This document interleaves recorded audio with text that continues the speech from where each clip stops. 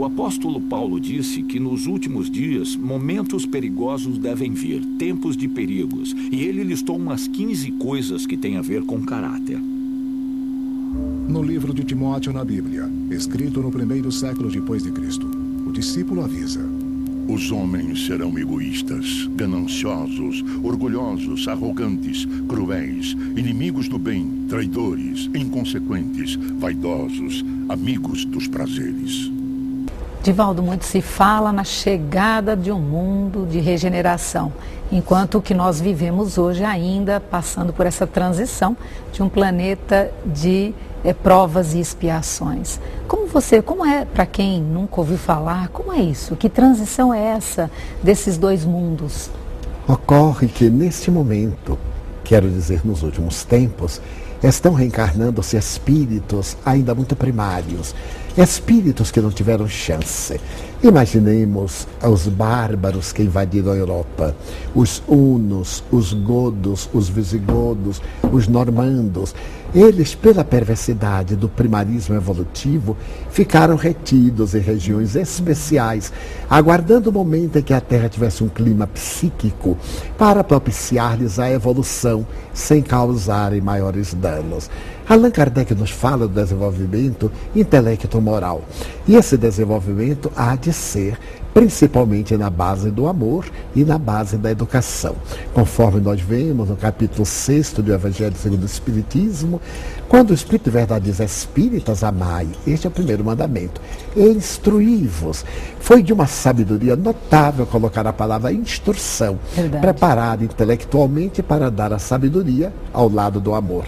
Então esses espíritos, segundo me informam os benfeitores que por meu intermédio se comunicam, estão chegando à Terra. Eles encontram geneticamente uma herança física das mais apropriadas, corpos saudáveis, de boa aparência. Os seus perispíritos vão imprimir as suas inclinações, aquela ancestralidade dos seus hábitos. Então nós vemos que alguns desses espíritos voltam às tribos, estão procurando tribos, estão criando sistemas de tormentos orgânicos através de piercings, através de mecanismos que ficaram célebres nos tempos do passado, como, por exemplo, fazerem as tatuagens em todo o corpo. Não temos nada contra, até alguns ficam bonitos, mas é uma forma de punição, de alguma maneira, de exaltar a beleza de uma forma quase bárbara. Então esses espíritos seriam espírito de uma fase primária. A agressividade está natural. Esse desacato social, fazer o diferente, agredir, usar o chamado lixo, a roupa rasgada, o abandono de si mesmo, que faz parte da transição da moda, compreendemos perfeitamente. Mas do ponto de vista espiritual também revela o estado interior dos espíritos, que na indumentária carnal permitem-se essas extravagâncias. Então nós vemos que aí surge a violência, que lhes era natural. Surge o despautério, o sexo grupal. O sexo passou a ser mais importante do que a vida. O sexo sem compromisso, o sexo barateado. Então nós vemos que houve uma queda de valores morais desde os anos 60, chegando neste momento a um clima quase de não sabermos que dizer aos nossos filhos dentro de uma ética do que está certo e do que está errado. Mas a doutrina espírita dá-nos as diretrizes, uma educação saudável, aquela que pode ser adversária da crueldade e do materialismo, que Kardec enfoca muito bem na questão 685 de O Livro dos Espíritos. A educação moral, não aquela que se aude através dos livros, mas aquela que tem a ver com os valores éticos do indivíduo. Então, essa mudança está havendo, chegando espíritos nobres e tendo oportunidade àqueles que aqui estão para que optem pelo bem ou por continuarem como são. Assim continuando, desencarnam e não retornam à Terra por um largo período, visitando planetas inferiores.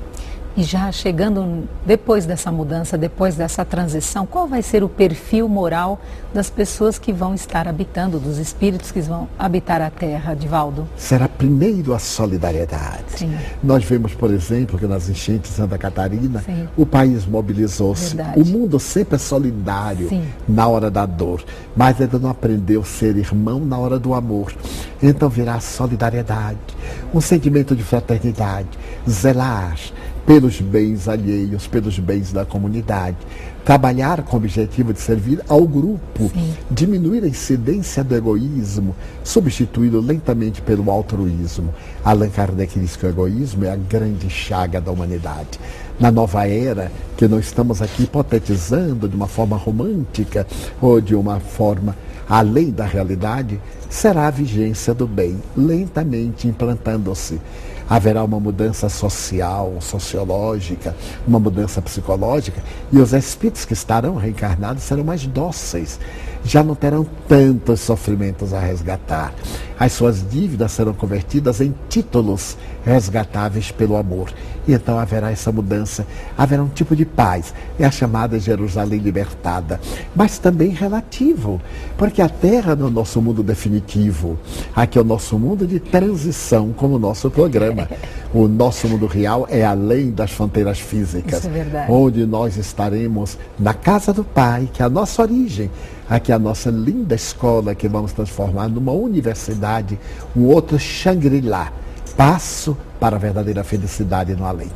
O Espiritismo estabelece que a Terra é um planeta de provas e de expiações. E ela tem uma graduação, como todos os planos do universo. E vai passar para o mundo de regeneração. Estamos vivendo essa transição, essas mudanças para um mundo melhor. Acreditar que tudo acabaria num caos e que os espíritos eleitos iriam para o reino eterno de ociosidade e os maus para uma punição perpétua, não deixa de ser uma imagem psicológica infantil, ainda ingênua, de punições e de prêmios. Se nós considerarmos a eternidade do ponto de vista além do tempo e do espaço, essas colocações são muito pueris. O Espiritismo considera, pois, o fim dos tempos morais perturbadores, o fim dos tempos em que a Terra, ainda nas suas convulsões, está adaptando-se para ser um mundo de regeneração. Então, dessa forma, nós entendemos que é bem esperançosa essa maneira de ver. E na Gênese, nós encontramos, né, a Gênese é um dos 5 livros que compõem todo o arcabouço da doutrina espírita. Em A Gênese nós temos ali vários pontos onde os espíritos dizem a respeito de que nessa época espíritos mais evoluídos, tanto intelectualmente quanto moralmente, estariam presentes nesse momento de transição. O que você tem a dizer, Divaldo? Sem dúvida. É a última parte, aliás, da Gênese. A Era Nova é o último capítulo. Kardec fala de que a Terra seria visitada por espíritos nobres para promover o progresso. Não é a primeira vez. Oportunamente, nos períodos mais primários, nós recebemos visitantes de outra dimensão. Discute-se se de Capela, se da constelação de Cocheiro. É secundário. O espírito nobre Emmanuel narra-nos em Caminho da Luz que esses espíritos vieram da constelação de Capela, lá de Cocheiro. E os maus já não encontrariam campo para reencarnar na Terra.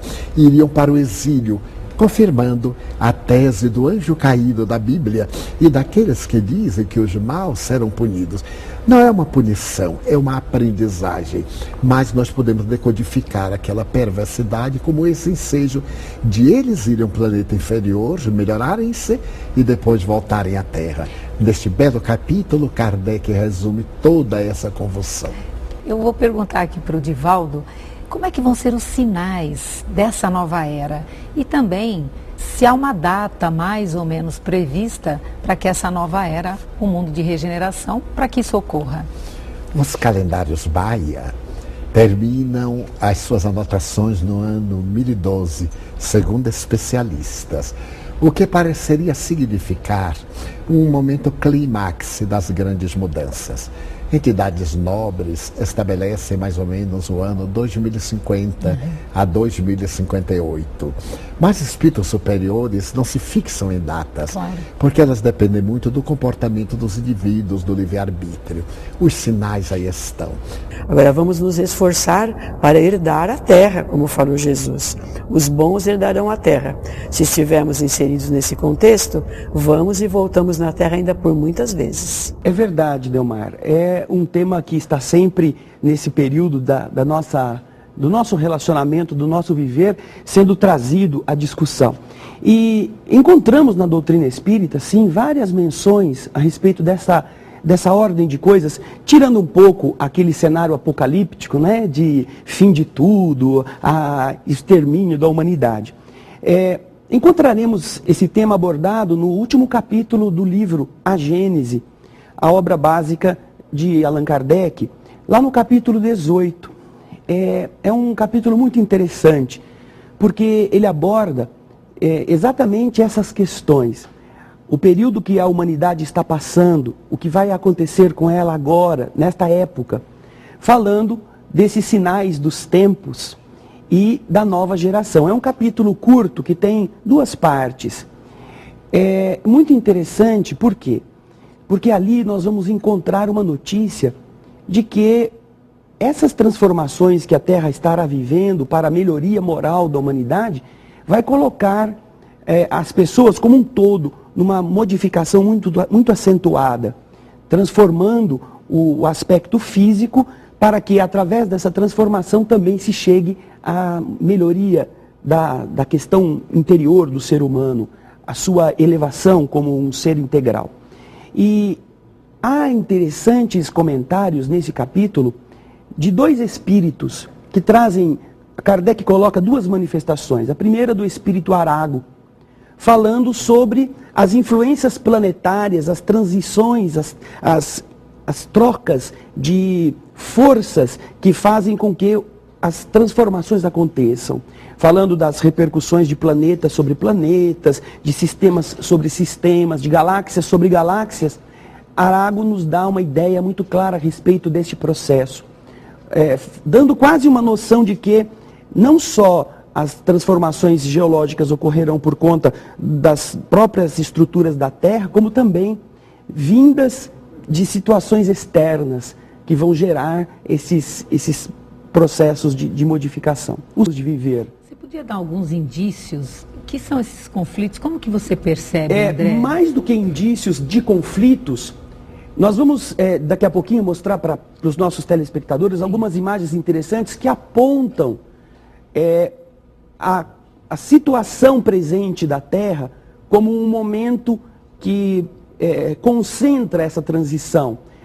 Esse disco parece um disco perfurado, não é? Foi feito na plantação, durante uma noite.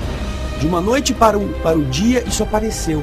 E isso é um código que tem essa mensagem, que foi traduzida.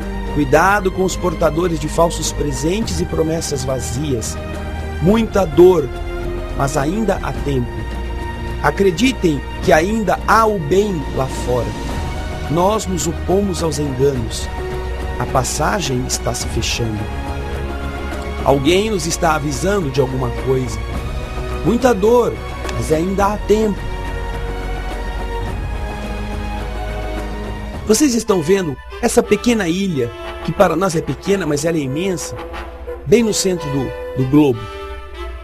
Svalbard. Nesse fim de mundo, vocês vão ver o que o homem está produzindo. A arca de Noé das sementes. Esculpir uma montanha no mais gelado círculo polar, esta que você está vendo a entrada, para guardar sementes de todas as plantas comestíveis da terra, daquelas que eles conseguirem arrumar. Por que será que estes países estão fazendo isto? É apenas por curiosidade. Você sabe quanto custa fazer um negócio desse? Como nos Estados Unidos estão fazendo perfurações em cavernas do Missouri, construindo câmaras imensas para milhares e milhares de pessoas. Vejam só, alguma coisa está motivando países a fazerem esse tipo de projeto, a tomarem essa iniciativa. E é nobre, é muito bom, claro, guardar sementes é excelente, mas não é estranho que tudo isso esteja acontecendo assim, sem uma maior explicação? Deu vontade de guardar sementes. Você pode não acreditar em nada, mas somam-se os fatores e nós começamos a ver por que será que esta